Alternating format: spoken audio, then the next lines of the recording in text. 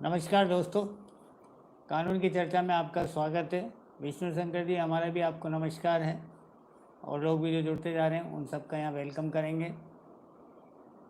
भारतीय साक्ष्य अधिनियम 1872 की धाराओं को हम याद करने की कोशिश कर रहे हैं और उनसे संबंधित प्रश्नों को हम इन चर्चाओं में ले रहे हैं।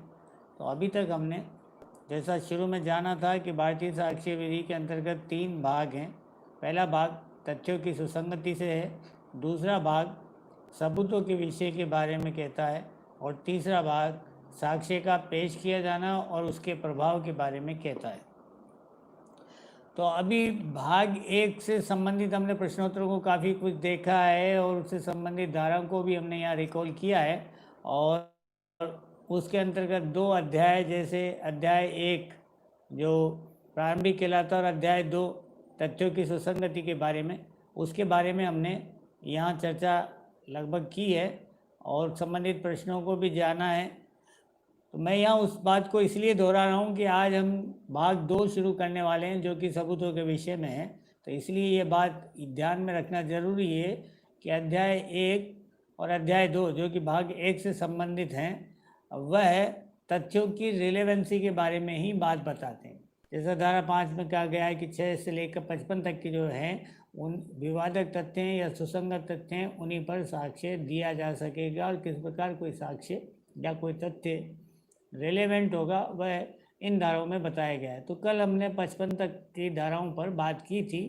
तो जैसा मैं कह रहा हूँ कि भाग 1 जो है वह सिविल या आपराधिक मामलों में कौन सा तथ्य साबित किया जा सकते हैं और कौन से नहीं किए जाएंगे, इसके बारे में धारा 55 तक हमने चर्चा को लिया है। और हम जो आगे बात करने वाले हैं आज भाग 2 के अंतर्गत, तो उसके लिए हमको ये बता दूं या ये याद कर लेना चाहिए कि भाग 2 से जो संबंधित धाराएं हैं वह इस मामले में हैं या इस प्रश्न के संबंध में रहती हैं कि किस तथ्य को या जिस तथ्य को साबित किया जाना है उसके लिए किस प्रकार साक्ष्य दिया जाए, कैसे पेश करें साक्ष्य।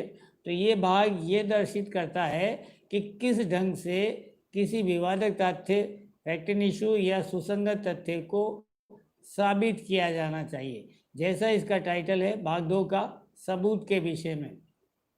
तो साक्ष्य जब ठीक प्रकार से पेश कर दिया जाता है और उसका जब प्रभाव पड़ जाता है तो वह प्रभाव सबूत कहलाता है। मैंने पहले भी कहा था कि किराएदारी हमें साबित करनी है, तो उसके साथ साथ जब हम किराएदारी की रसीद पेश कर देते हैं तो वह जो है सबूत के रूप में गिनी जाएगी साबित होने पर।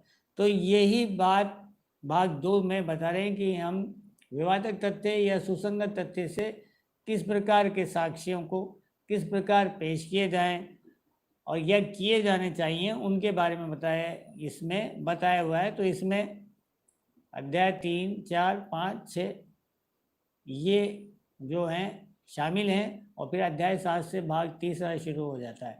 तो अध्याय 3 के बारे में और 4 के बारे में, 2 अध्यायों के बारे में आज हम चर्चा करेंगे यहाँ पर और रिकॉल करेंगे उनको कि उनमें क्या क्या प्रावधान है या क्या क्या तत्व बताए गए हैं और साथ ही साथ उनसे संबंधित या अब तक जो हमने पढ़ा है उससे संबंधित हम प्रश्न उत्तर भी जरूर रखेंगे।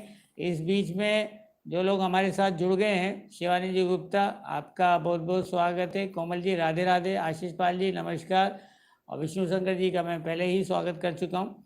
तो यहाँ आप सभी का स्वागत है और हम इस भाग 2 की चर्चा को शुरुआत करते हैं। तो जैसा मैंने कहा ये धारा 56 से आगे स्टार्ट होता है, तो धारा 56 के बारे में सबसे पहले बात कर लेते हैं। तो धारा 56 आपको ये बात कहती है या ये इन्फॉर्मेशन देती है। इससे पहले अध्याय 3 के अंतर्गत जिस शीर्षक के अंतर्गत इसको रखा गया है वह है कि तथ्य जिनका साबित किया जाना आवश्यक नहीं है, ऐसे तथ्य जिन्हें साबित करना जरूरी नहीं है।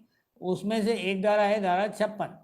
वो ये कहती है कि न्यायिक रूप से अवेक्षणीय तथ्य को साबित किया जाना आवश्यक नहीं होता है। न्यायिक रूप से अवेक्षणीय तथ्य यानी कि जुडिशियली नोटिसेबल, जो कि न्यायिक रूप से नोटिस में लिया जा सकता है। तो fact judicially noticeable need not to be proved, उनको साबित करने की जरूरत नहीं है। इस बीच में बिट्टू महाराज जी आए, राम राम हमारी तरफ से भी। और अगर जुडिशियली नोटिस को आगे और देखें कि वो क्या होता है, तो कुछ तथ्य ऐसे प्रसिद्ध होते हैं या इस प्रकार से प्रतिष्ठित या सर्वविदित हो जाते हैं, वेल स्टेब्लिश जिसे कहेंगे, तो ऐसे तथ्यों को न्यायालय स्वयं उनके एग्जिस्टेंस के बारे में स्वयं ही कॉग्निजेंस ले लेता है, संज्ञान ले लेता है, और इसी को न्यायिक अपेक्षा कहेंगे, इसी को जुडिशियल नोटिस लेना कहेंगे, और ऐसे तथ्यों को साबित करना आवश्यक नहीं होता है। अजय सिंह जी राजपूत, हमारी तरफ से भी जय हिंद सर। तो ये धारा 56 सीधी सीधी इसी बात को कह रही है कि न्यायिक रूप से जुडिशियली नोटिस जिसका लिया जा सकता है, उन तथ्यों को साबित करने की आवश्यकता नहीं होती। ये धारा 56 आपको बताती। अब धारा 57 इसी को आगे इलोबरेट करती है या बढ़ाकर बताती है कि जुडिशियली नोटिसेबल तथ्य कौन से होंगे, और कौन से तथ्य होंगे जिनकी न्यायालय निरपेक्षा करेंगे। तो इसके अंतर्गत कुल मिलाकर 13 पॉइंट बड़े लंबे चौड़े हिसाब में लिखे गए हैं। सबके पास पुस्तकें उपलब्ध हैं, आप सब लोग पढ़ लेंगे, लेकिन मैं फिर भी एक बार इनको इस तरह से बोल देता हूँ कि ये आसानी से हमारे को समझ में आए या जल्दी से रिकॉल हो जाए। तो राखी जी, हमारी तरफ से भी आपको नमस्ते है। तो धारा 57 ये कहती है कि वह तथ्य जिनकी न्यायिक अपेक्षा न्यायालय को करनी ही होगी, न्यायालय उनको मानकर ही चलेगा कि ऐसा है। तो इसमें जो 13 बिंदु हैं उनको गिन रहे हैं हम। पहले तो भारत के अंतर्गत जितनी भी विधियां हैं, जितना भी कानून है, उन सबको न्यायालय को मानकर चलना होगा, जानकर चलना होगा कि वह मौजूद हैं, जितने भी कानून लागू हैं। दूसरा, यूनाइटेड किंगडम के पार्लियामेंट के द्वारा जितने भी पारित एक्ट हैं, उन सबको भी भारतीय न्यायालयों को मानकर चलना पड़ेगा, उनको जुडिशियल नोटिस में रखना पड़ेगा कि ऐसे हैं। फिर आ जाता हमारे यहाँ सबसे बड़ी बात होती है सेना की। तो सेना के, चाहे भारतीय सेना हो, नौसेना हो या वायुसेना हो, उनके संबंधित युद्ध की जो नामावलियाँ हैं, उनको न्यायालय जुडिशियल नोटिस में रखेगा। इसके बाद नंबर 4 पर यूनाइटेड किंगडम की पार्लियामेंट के द्वारा या भारत के संविधान की, सभा की, संसद की तथा किसी भी प्रांत के विधानमंडल की या विधानसभा की कार्यवाही का जो अनुक्रम है, उसको भी न्यायालय जुडिशियल नोटिस में लेकर रखेगा। 5वां बिंदु, ग्रेट ब्रिटेन और आयरलैंड यूनाइटेड किंगडम के तत्समय प्रभु का राज्यारोहण, यानी वो कब राज्य में अस्तित्व में आए, कब उनका राज्याभिषेक हुआ और उनके राज्य हस्ताक्षर, इसके बारे में भी न्यायालय जुडिशियल नोटिस रखेगा। नंबर 6 बिंदु पर, वे सब मुद्राएं यानी सील, मोहर, जिनकी अंग्रेजी न्याय जुडिशियल नोटिस रखता है, वह सब न्यायालयों की मुद्राओं की या सील की किसी राज्य में किसी आ गया, उनके नाम क्या हैं पदों के, और उनकी उपाधियां क्या हैं, उनके कृत्य और उनके हस्ताक्षर जो एडमिनिस्ट्रेशन से संबंधित है, यदि किसी राजपत्र में ये सारी चीज़ें सूचित हो तो उसको न्यायालय जुडिशियली नोटिस में रखेगा। नंबर 8, भारत सरकार द्वारा मान्यता प्राप्त हर राज्य से मीनिंग कोई भी देश, कोई भी स्टेट या उसके प्रभु का अस्तित्व, जो सॉवरेनशिप जिसके पास है उसका अस्तित्व, उसकी उपाधियां और उसके राष्ट्रीय ध्वज के बारे में भी भारतीय सारे न्यायालय जुडिशियल नोटिस रखेंगे। इसके अलावा समय के प्रभाग, यानी दिन, दोपहर, शाम, रात्रि, जो भी प्रभाग हैं, पृथ्वी के भौगोलिक जो भाग हैं, हिंद महासागर, प्रशांत महासागर वगैरह वगैरह, ये सारी चीज़ें, एशिया, यूरोप वगैरह, इस तरह के भाग, शासकीय राजपत्र में सूचित लोक उत्सव, पब्लिक हॉलीडेज जो होती है, उपवास, अवकाश के दिन और त्योहारों के नाम, ये सब न्यायालय, भारतीय न्यायालय जुडिशियल नोटिस में रखेगा। नंबर 10, भारत सरकार के आधिपत्य के अधीन कोई भी राज्य क्षेत्र हैं, उनके बारे में जुडिशियल नोटिस रखेगा। और 11, भारत सरकार और किसी अन्य राज्यों के निकाय के बीच अगर कोई संघर्ष प्रारंभ हुआ है, कब प्रारंभ हुआ, कब तक चालू रहा और कब खत्म हुआ, इसके बारे में भी न्यायालय जुडिशियल नोटिस रखेंगे। इसी का 12वां बिंदु ये कहता है कि न्यायालय के सदस्य, ऑफिसर, उनके अधीनस्थ ऑफिसर, अधिवक्ताएं, जितने भी हम सब काम करते हैं, और अधिवक्ताओं के साथ जो अन्य प्राधिकृत व्यक्ति हैं, उन व्यक्तियों के नाम, पहचान, उनको भी न्यायालय जुडिशियल नोटिस में रखेगा। और सबसे आखिरी में, भूमि या समुद्र मार्ग का कोई नियम है तो उनको भी न्यायालय जुडिशियल नोटिस में रखेगा। तो ये केवल मैंने आप लोगों को दोहराने के लिए, सामने रखने के लिए इन चीज़ों को गिना है। इस तरीके से आप आसानी से वह चीज़ जो कि स्वतः ही वेल स्टेब्लिश है और उनको जानकारी में रखना आम व्यक्ति के लिए आवश्यक है, तो न्यायालयों के लिए भी उतने ही वो आवश्यक माने गए और ऐसे तथ्यों को साबित करने की जरूरत नहीं है। फिर कह दूँ कि इन सभी मामलों में जो अब तक मैंने गिना है, अगर न्यायालय को अतिरिक्त जानकारी की आवश्यकता है, चाहे वो लोक इतिहास के बारे में हो, साहित्य के बारे में हो, विज्ञान के बारे में हो या कला के बारे में, तो इन सब विषयों में न्यायालय जो निर्देश हैं वो जारी कर सकेंगे और निर्देशित पुस्तकों को या दस्तावेजों की सहायता ले सकेंगे उनको जानने और समझने के लिए। तो आगे अरुण नाइक जी हमारे साथ जुड़े हैं, उनको भी हमारा नमस्ते है। और विष्णु शंकर जी पूछ रहे हैं कि क्या मोबाइल बातचीत रिकॉर्डिंग का साक्ष्य प्रस्तुत कर सकते हैं, यदि हाँ तो वो किस प्रकार से, सर सेक्शन भी बताइए please, thanks in advance.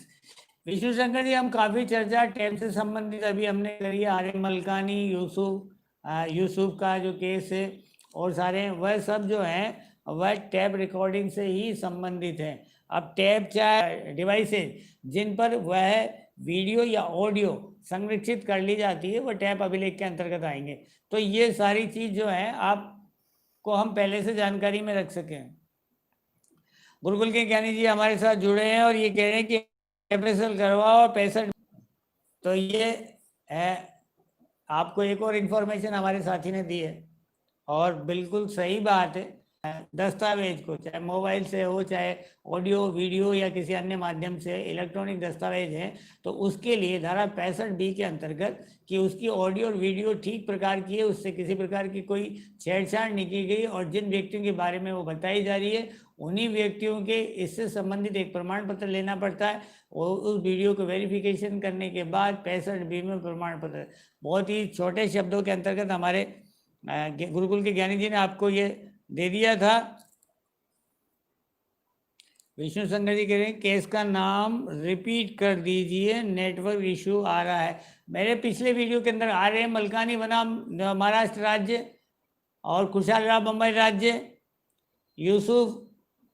Yusuf का मामला आप पिछले वीडियो में देखेंगे, वो मिल जाएंगे आपको एग्जैक्ट सन के साथ। 1973 यूसुफ वाला जो मामला है 1973, और भी मिल जाएंगे।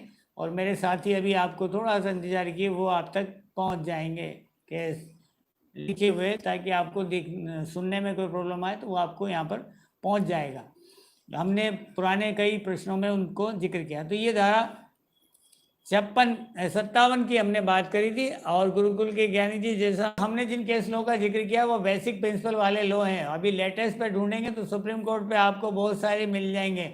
इसके लिए आपको जो इंडिया कानून.org, इसके ऊपर आप जाकर सर्च करेंगे संबंधित इस पे, तो बहुत अलावा भी जो और सारे फैक्ट्स हैं केस से रिलेटेड, उन पर भी ये डिपेंड करता है कि कौन सी साइटेशन आपको फुल फिट होएगी, रिकॉर्डिंग की क्या स्थिति है, आपको ऐसा उन पर होना चाहिए आपकी साइटेशन, तो वो ज़्यादा बेटर होगा। हमने बेसिक साइटेशंस का आपका जिक्र किया है। ये जो आप जैसे कह रहे हैं कोमल जी वगैरह की वीडियो रुक रहा है,